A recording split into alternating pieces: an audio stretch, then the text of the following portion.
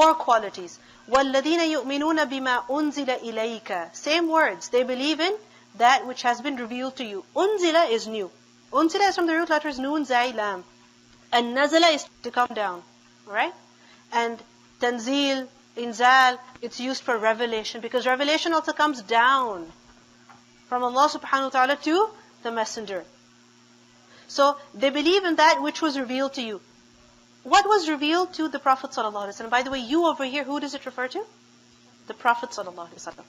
So what was revealed on the Prophet sallallahu alaihi wasallam? The Quran. So they believe in the Quran.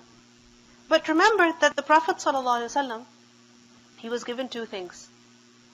First of all, the Quran, which is wahi, revelation, that is matlu, that is recited.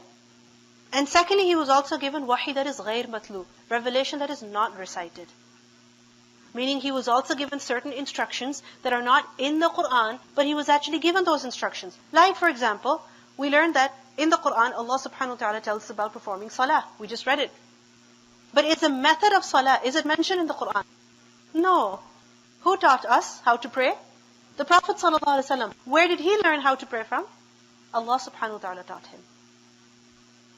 So, bima unzila ilayka includes everything that the Messenger sallallahu alaihi wasallam told us about.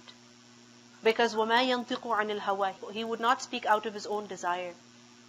He would not speak out of his own whims. So, وَالَّذِينَ يُؤْمِنُونَ بِمَا أُنزِلَ إِلَيْكَ وَمَا أُنزِلَ مِنْ قَبْلِكَ. And they also believe in what was revealed before you. Meaning they also believe in the scriptures that were revealed before the Quran. Like, for example, the Torah, the Zabur, the Injil. Similarly, the Suhuf of Ibrahim alayhi salam. We learn in the Quran, Suhuf Ibrahim wa Musa. So, the scriptures that Allah subhanahu wa ta'ala revealed before the Quran. Some Allah has informed us about. Their names, who they were given to. But it's quite possible that there are other scriptures that we do not even have any idea about. We don't know their name, we don't know which messenger was given it. But a muttaqi person, what does he do? He believes in everything that Allah has revealed. Now tell me, what does it mean by believing in the Quran? Okay, believing in what it says and also following it. Right? What does it mean by believing in the previous scriptures? What does that require you to do? What does that faith require you to do?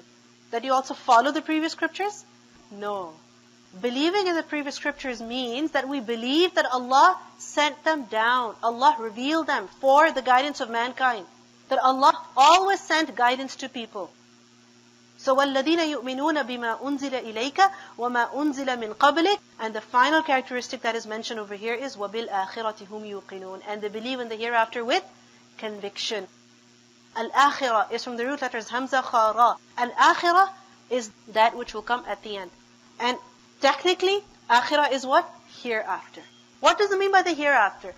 It includes everything that Allah subhanahu wa ta'ala has informed us about that will happen from the moment of death until eternity in Jannah or hellfire. This is what akhirah includes.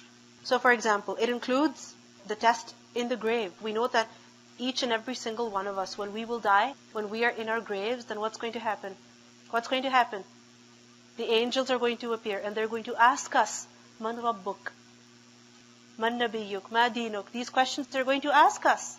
So, believing in the hereafter includes believing in the test that will happen in the grave. Believing in the hereafter includes believing in the blowing of the trumpet, the day of judgment, the hisab, the questioning, the going over the bridge, the sirat, the scales on the day of judgment.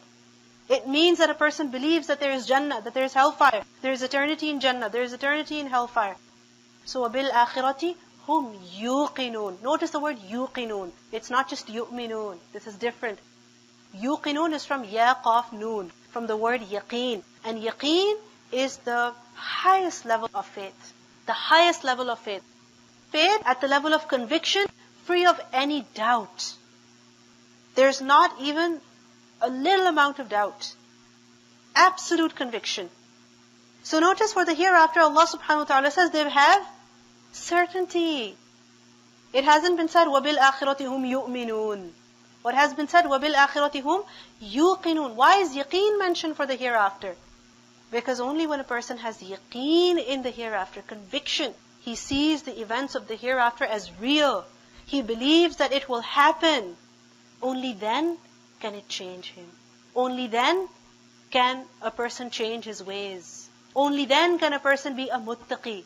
Because if a person has weak faith in the hereafter, in the day of judgment, then what will happen? He won't be as careful.